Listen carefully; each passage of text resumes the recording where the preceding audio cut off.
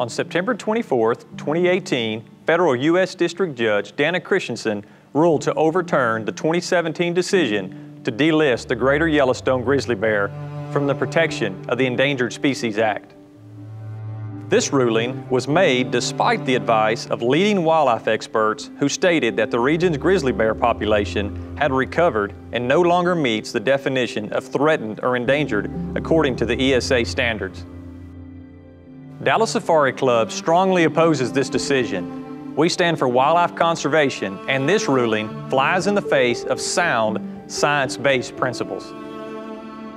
Anti-hunters are influencing the courts and punishing due process to push their agendas. We do not want this disturbing trend to hinder grizzly conservation in the greater Yellowstone region. The argument simply comes down to this.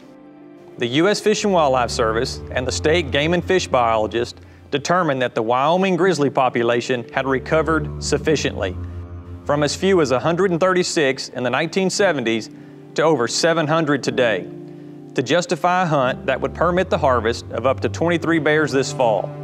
The judge, however, has ruled grizzlies were not sufficiently recovered to sustain hunting, a decision made once again by emotion over science.